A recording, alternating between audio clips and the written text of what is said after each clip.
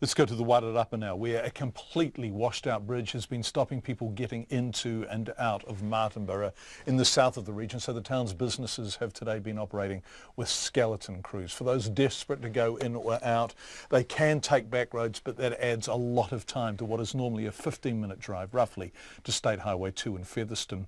Our reporter Jacob McSweeney has been out talking to locals to find out how they're coping. The owner of the Oh My Goodness Cafe on the main road in Martinborough, Gina Richards, got wind the town might be cut off, so instead of going home to Featherston last night, she stayed in town. Knowing that I wouldn't be able to get into town this morning to open the business, so I didn't take that risk. There's always places like to stay in that, so it's not a major. Stayed at a friend's house around the corner, so it worked out well.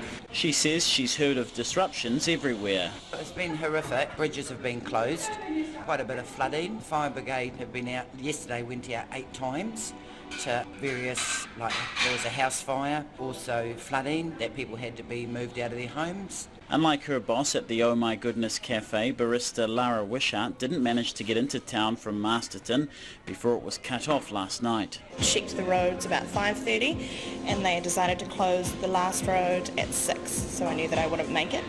So I had to stay at my parents' house and took the extra long way this morning that I think took me about 40 minutes to an hour longer than it should have. Across town, the Payne and Kershaw's supermarket and general store was down 7 staff.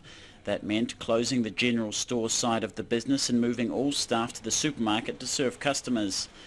Floor manager Aaron McKissick said it's the roading woes that are stopping people from getting into work. Just with the road closures, the flooding and the rivers being up, it's just some of the staff from out of the region are struggling to get into work. So taking the long way around, so there's only one road open at the moment, which is Western Lake. He says they're doing the best they can to prioritise the food and drink side of the business. The council's sort of struggling to give us any real ideas of when things are opening up at the moment, so we're just planning for the worst and just making sure that none of our customers starve to death, so make sure we've got plenty of food on the shelves and plenty of beers in the fridge and keep everyone happy. The Martinborough Hotel was only partially open because they were short 5 staff.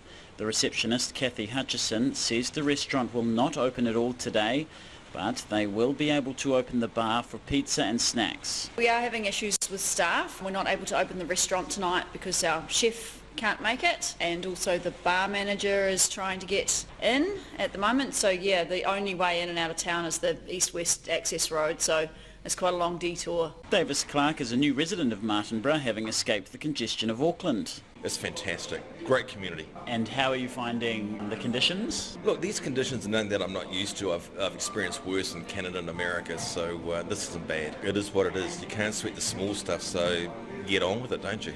Julie Ambury has lived in the town for 3 years. She says when the town is cut off like it is now, it's a bit like an island. There'll be a lot of farmers moving stock, I suspect. I do know 1 or 2 around the area, and they'll just be focusing on making sure their animals are okay, and thankfully it's school holidays, so people don't need to worry about getting kids to school and that kind of thing, so they'll be doing what they usually do, hunkering down. The Rural Support Trust says if the storm had come in a month's time, it would have hit farmers hard during lambing and calving, and there would have been stock losses.